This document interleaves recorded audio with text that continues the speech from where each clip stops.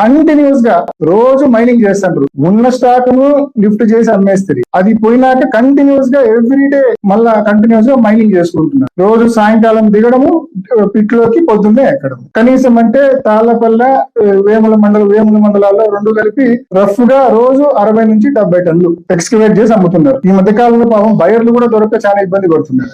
అంటే ఇంత టన్నేజ్ ఒక్కొక్క రోజు తీస్తే కన్నా కొనద్దు అందరూ. 30,000కు పోయేది 27,000కే ఇస్తున్నారంట. ఎవరికైనా బిజినెస్ ఇంట్రెస్ట్ ఉంటే 30,000కు పోయేది 27,000కే ఇస్తున్నారంట. అంటే ఆ స్థాయికి ఒక్క పర్మిట్ లేదు, టీసీ లేదు, మైనింగ్ ప్లాన్ లేదు, ఏమీ లేదు.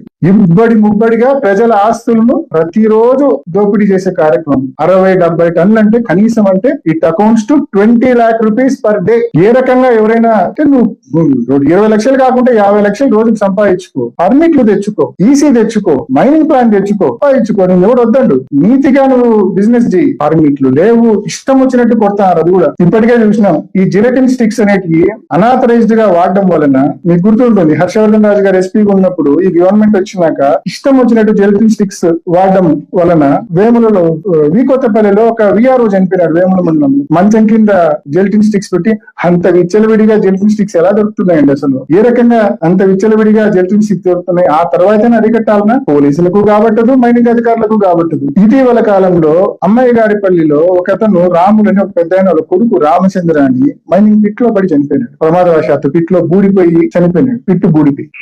అంతేకాకుండా అనేక సంఘటనలు ఆ క్రేన్ నుంచి జారి కింద పడ్డము, ఆ పిట్ లోకి పోయేటప్పుడు ఇటువంటి అనేక సంఘటనలు జరుగుతున్నాయి. అసలు బయటికి కూడా రావే అవి. మైనింగ్ అధికారులకు కాబట్టదు, పోలీస్ అధికారులకు కాబట్టదు, ఎవరికి కాబట్టదు. గవర్నమెంట్ ఏమో నిద్రపోతా ఉందా? కలెక్టర్ గారి దృష్టికి ఎన్నోసార్లు తీసుకొని పోయినాము, చెప్తా ఉన్నాం. రాబోయే రోజుల్లో ఖచ్చితంగా మీ అక్రమ మైనింగ్ పైన, అక్రమ ఇసుకే ట్రాన్స్పోర్ట్ పైన తప్పకుండా రాబోయే రోజుల్లో రోడ్డెక్కి నిరసన తెలిపే కార్యక్రమం కూడా చేస్తాం. చూస్తూ ఊరుకునే లేదు.